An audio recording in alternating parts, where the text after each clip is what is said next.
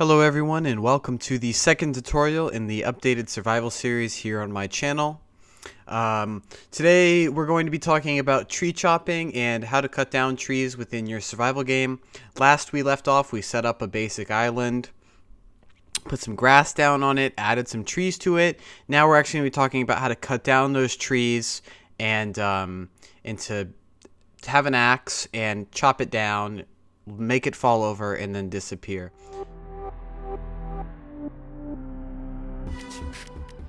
Here.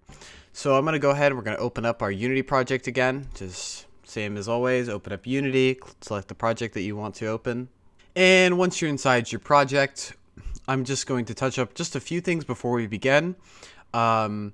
First of all, you're probably going to need Visual Studio 2017 or 2015 to do this, as we're going to be programming in C#. Or you can also use MonoDevelop or another text editor of your choosing, such as Visual Studio Code.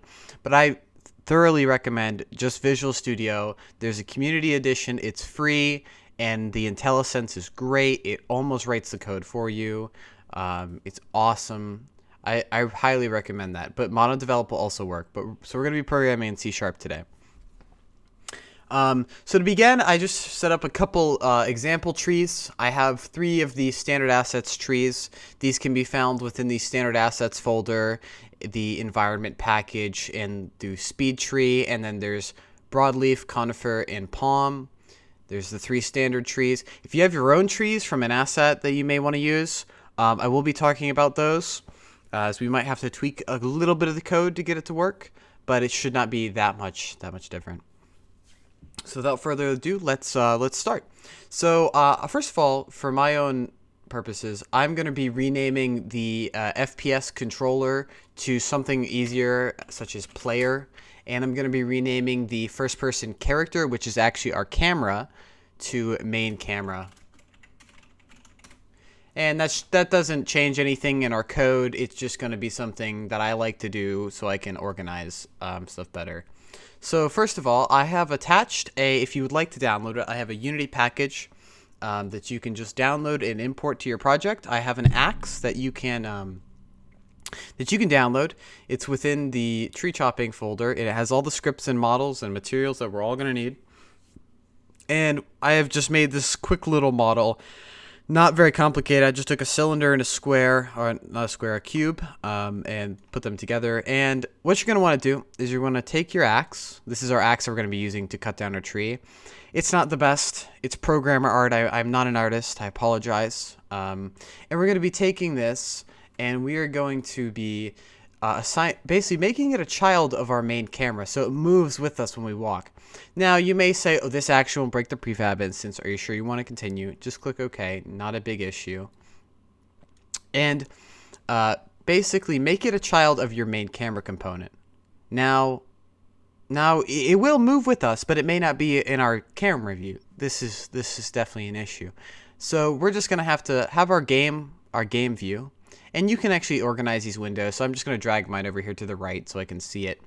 And then within our scene view, I can actually position the axe, and it'll show up on our game view to see how we want to have it when we equip it. So yeah, so just kind of position it, maybe rotate it a little bit, play around with its position, up, down, left, right. I think that this position's pretty good. It doesn't have to be super specific. But as long as it's within your camera and you can see it, it should be okay. Today, I also want to note I'm not going to be doing animations for the axe. I may talk about that in another video down the road.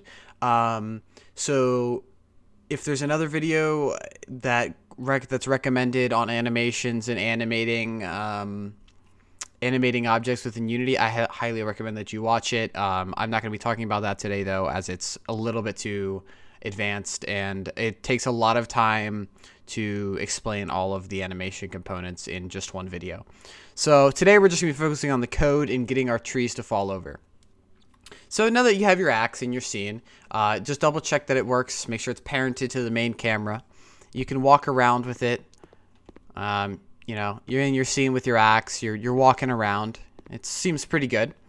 Now, we do have an issue with this, though. We can't put our axe away, and we also can't take it out, and we can't do anything with it. So it's just an axe, but we can't do anything. So now we're going to be writing some code to actually enable us to use the axe and chop down trees. So we're going to write two scripts today. We're going to be writing a tree script and a axe raycast script.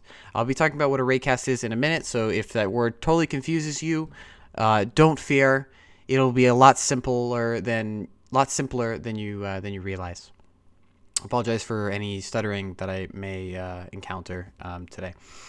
So first of all, we're going to be creating a new script, and we're going to make it. We're going to make a new C# script, and we're going to call it tree. Something simple, just tree, and then open it within your IDE. Okay, so once you have your tree class, which is what a script is called within C#, is open in your favorite editor, your text editor, your IDE, whatever you want to call it. We're just going to do a couple things. I'm going to clean up some stuff. I'm going to change, we're going to delete both the void start and void update here. And we're going to write our own. So we're going to have a new section of variables, and we're going to need a couple variables here.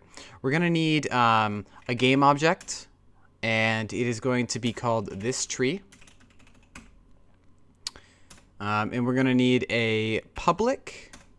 A public means that we can access it from other scripts. And it's going to be integer, so it's a number. And we're going to call this tree health. And we're going to set this to 5. It is important to note that you can declare and assign variables in C# on one line. It's as simple as that. Basically, all we have now is we have a game object and an integer. One is this tree, and then the other one is the actual health of the tree.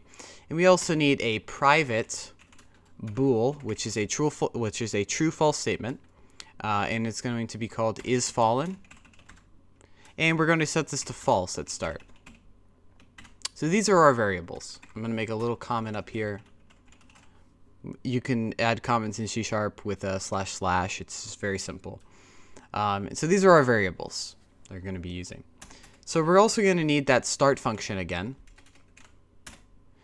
Private void start, and if you have your opening and closing brackets and some curly braces. Now, once again, this is what I was saying about Visual Studio, is that when I type in start, it'll auto-complete the method for me. It's very simple. That's why I do enjoy Visual Studio. I'll leave a download link below. Very simple. It's free. You can pick it up. I believe it actually comes installed with Unity now. It hasn't been in the past, but it is now, from what I understand. And if I'm wrong, please correct me. So here's where we're going to be assigning our variables. So start is a method that's called as soon as we load our game.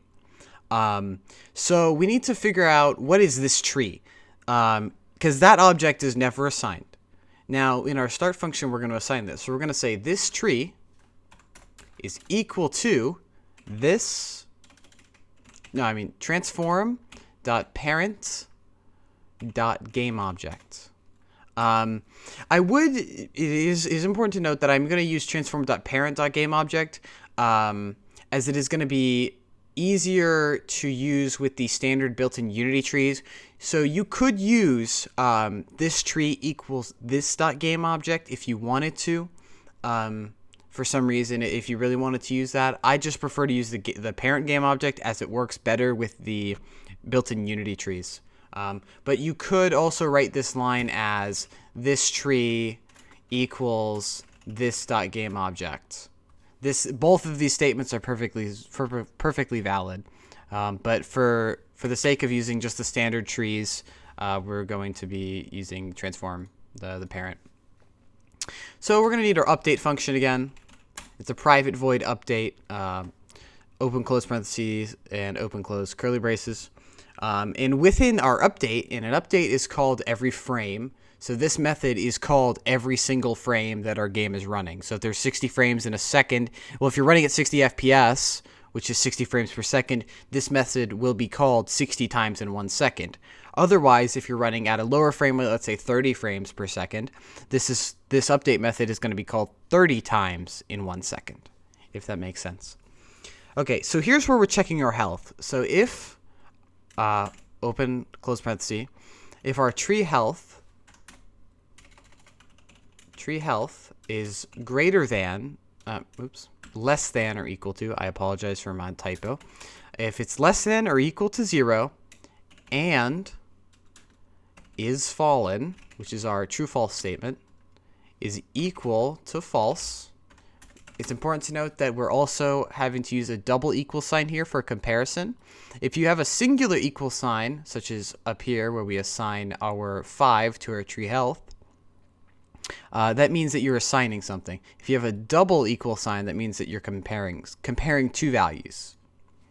So within our tree health, so if both of these conditions are met, we're going to run some code within this if statement. So if these conditions are met, we're gonna have a new rigid body here. We're just going to call this RB. So we're declaring a new variable, and it's going to be called, this RB is going to be equal to this tree dot add component rigid body, open close parenthesis, semicolon. And we also want to do a couple things to ensure that this rigid body is set up correctly.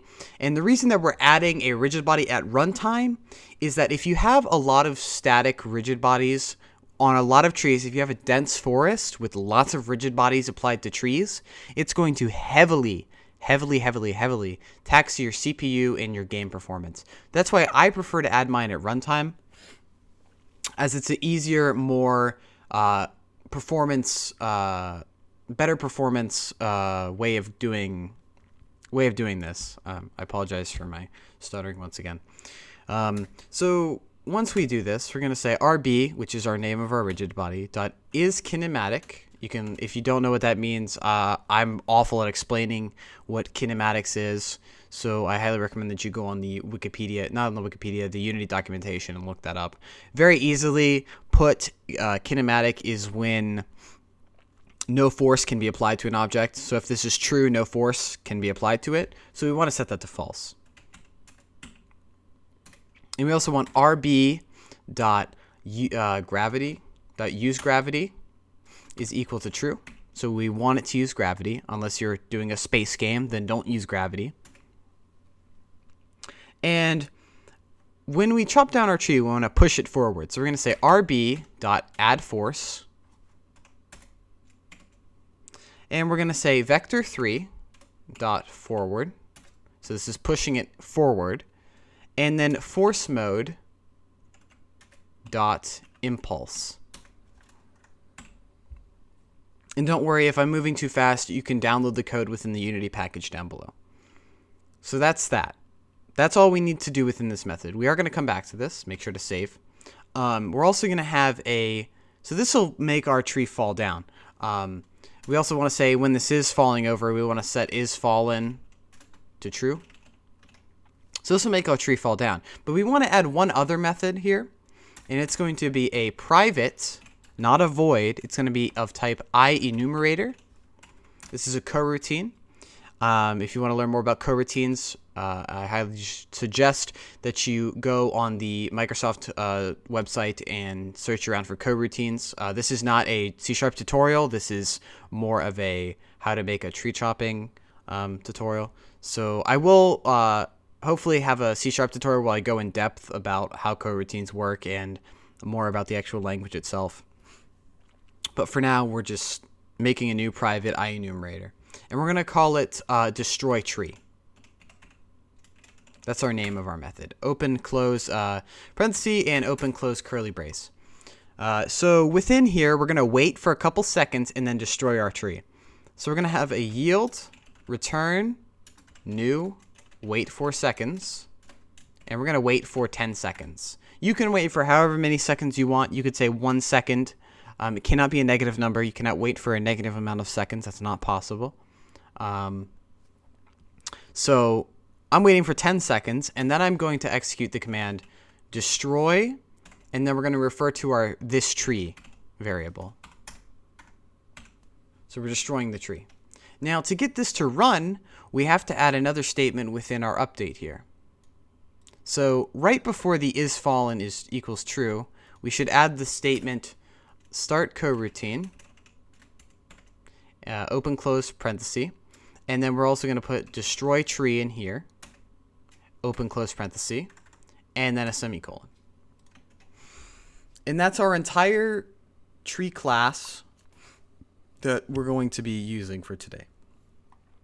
Now, let's test this.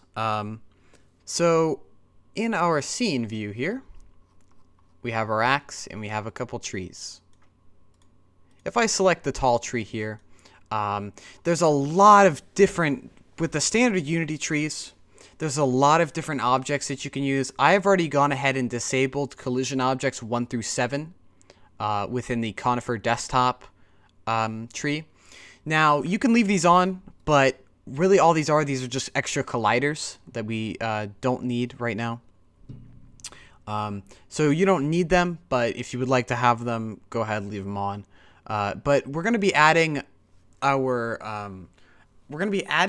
tree class to our collision object 0, which is the main collider within our Conifer desktop tree. Now, this is where it gets very different when if you're using your own you model your own trees and it's just one solid model, just to go ahead and apply it to the parent. The only reason that I'm applying this tree script to our collision object 0, which is the main central collider within this tree, is because if we don't do that for the built-in Unity trees, you'll end up getting something called a null reference exception, which is basically when you cannot find an object because the main object here doesn't, for some reason, refer to any of its child colliders, which is okay, but it can't get information from them.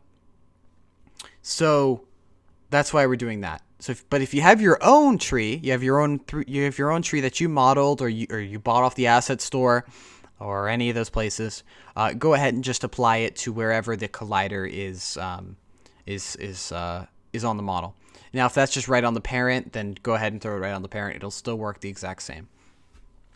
So our collision object 0 here, we're going to apply our tree script, just drag and drop.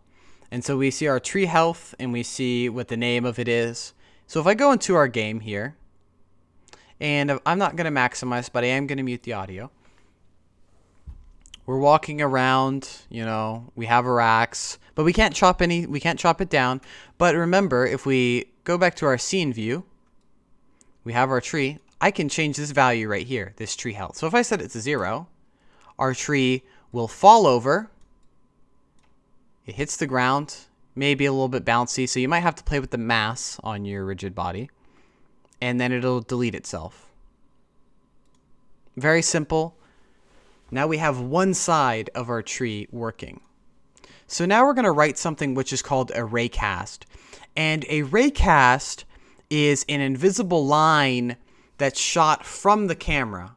That's shot, maybe not from the camera, but wherever the origin is. So a ray, if a ray in math, and I'm going to open up a trusty Paint here to kind of help explain this. A ray is just a line from point. This is our start point. A ray is going this way. But how we're going to use this is we're going to have a camera. My drawing skills are subpar, so this is a camera, I think. It might be an animal to you. I really don't know, but this is a camera.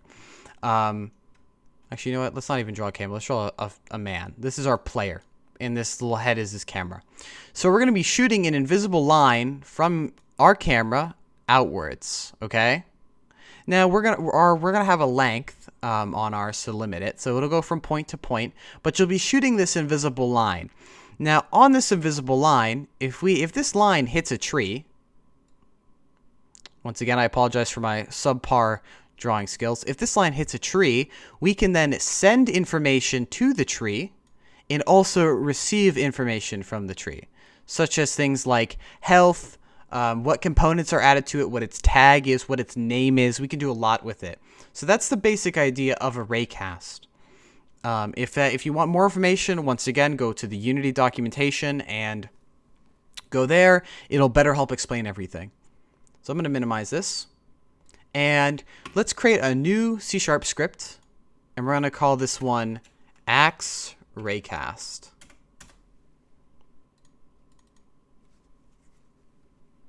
And then go ahead and open it within Visual Studio. So once your Axe raycast script is open, we're going to do some things. I'm going to change these curly braces. I just like to put them right on the same line so that they're parallel to each other. It's just something I like to do. There's different styles. You can do it however you want, though, as long as they're there. So we're going to have a new section here with variables. So I'm going to make a little comment just to say where our variables are. So these are our variables, and we're going to have a public game object, and it's going to be called Axe. Now, this is another thing that I want to note.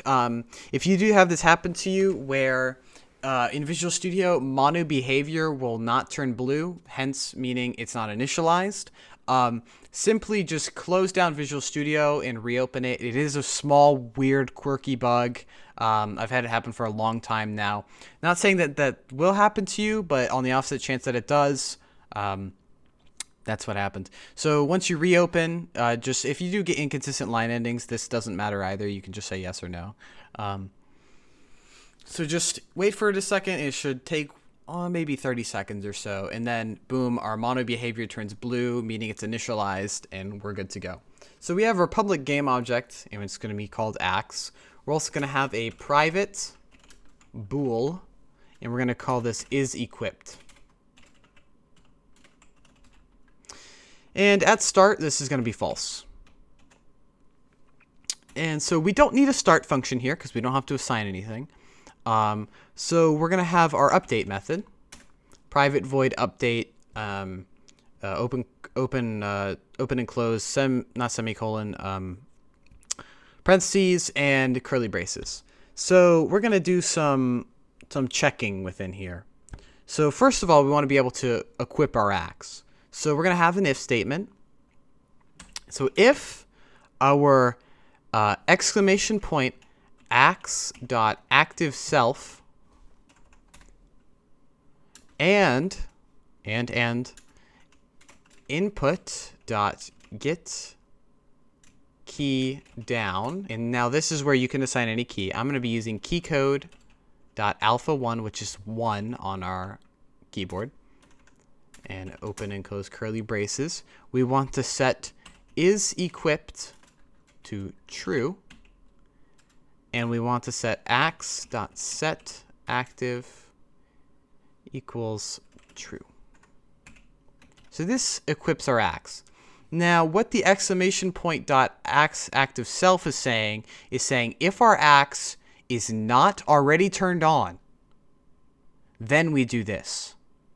This is what the exclamation point denotes in C# is that something is not equal to something. So if our Axe, our reference, our game object, is not enabled, then we want to enable it. Otherwise, so else if our input.getKeyDown keycode.alpha1, same key code, we're just going to set isEquipped to false and axe.setActive false. Now, you may wonder, well, why aren't you doing the active self on the second line?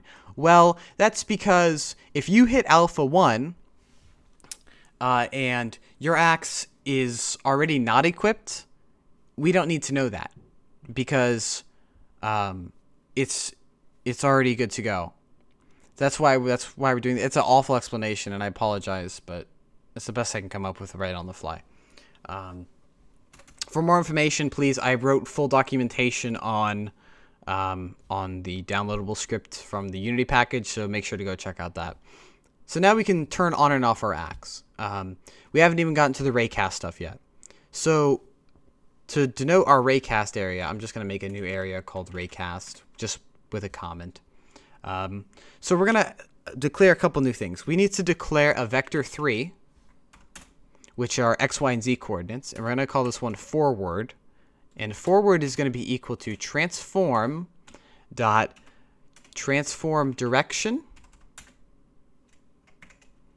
vector3 forward. And we also want to have another variable called raycast hit, and I'm going to call this hit. You don't need to assign that one. We'll assign it later. So we have hit. So here's where we're actually setting up our raycast. So if physics dot raycast,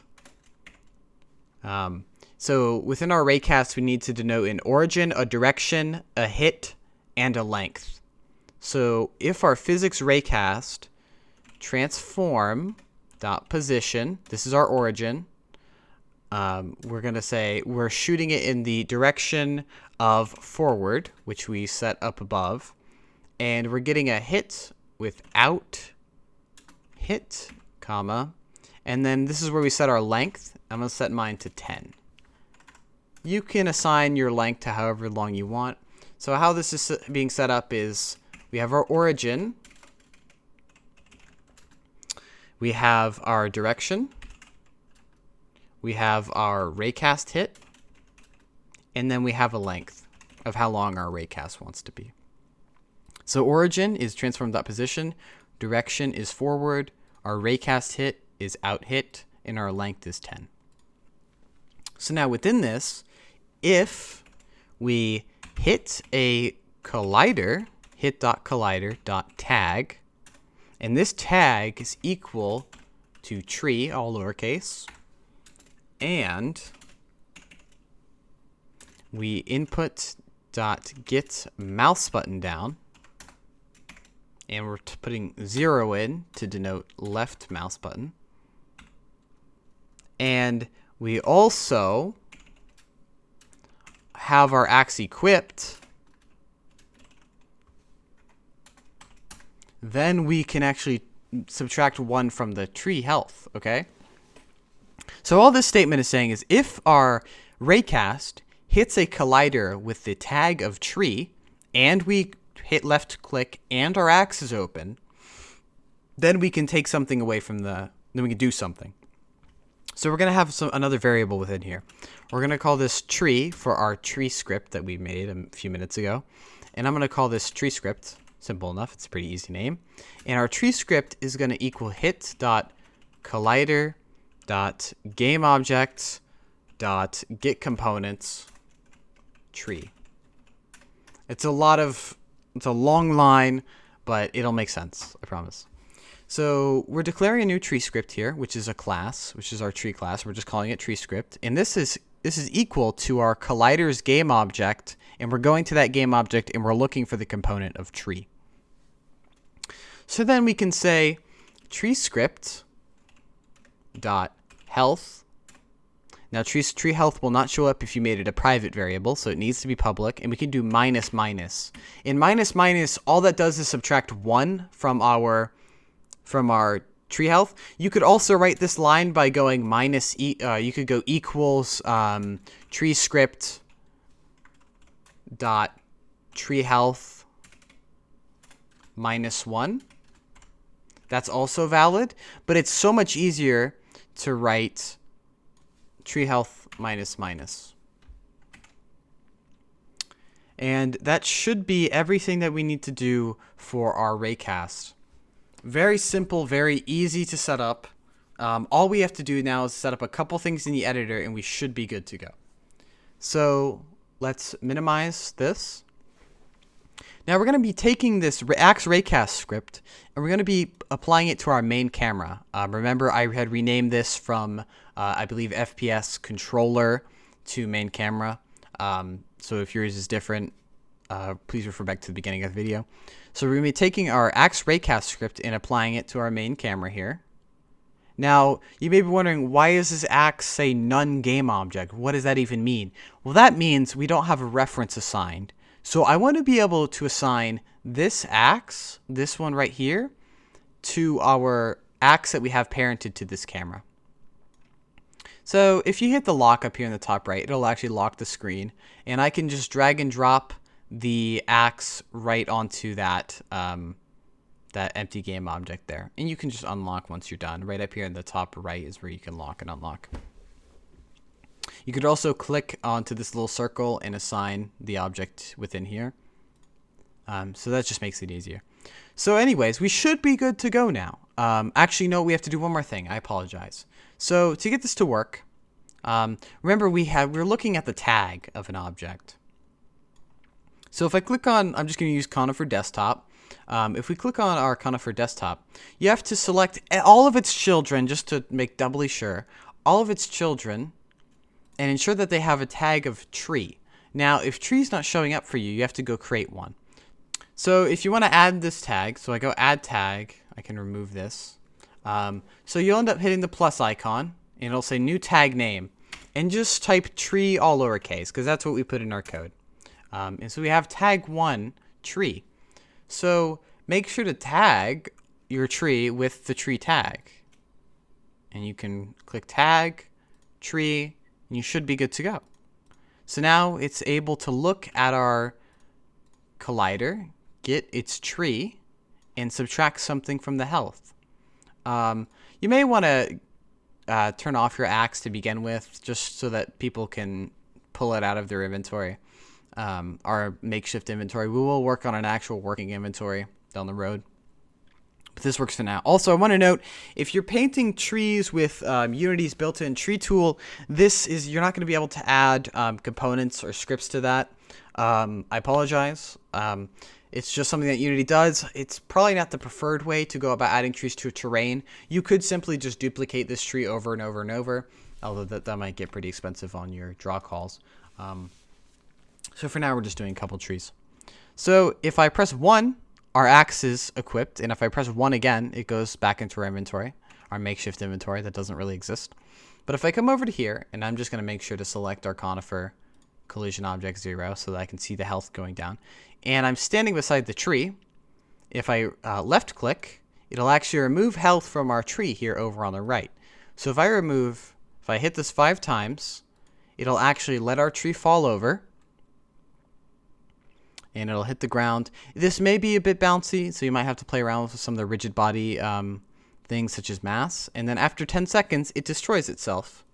That's a pretty simple way of setting up trees within Unity. Once again, I apologize for any stuttering that may have happened throughout the video. Maybe if we could just get 5 or 10 likes on this. I apologize once again for not uploading as much as I should be. I try to do live streams every day on Twitch, twitch.tv/funnyguy77. So if you want to check that out, that'd be awesome. Once again, thanks so much for watching, and see you later.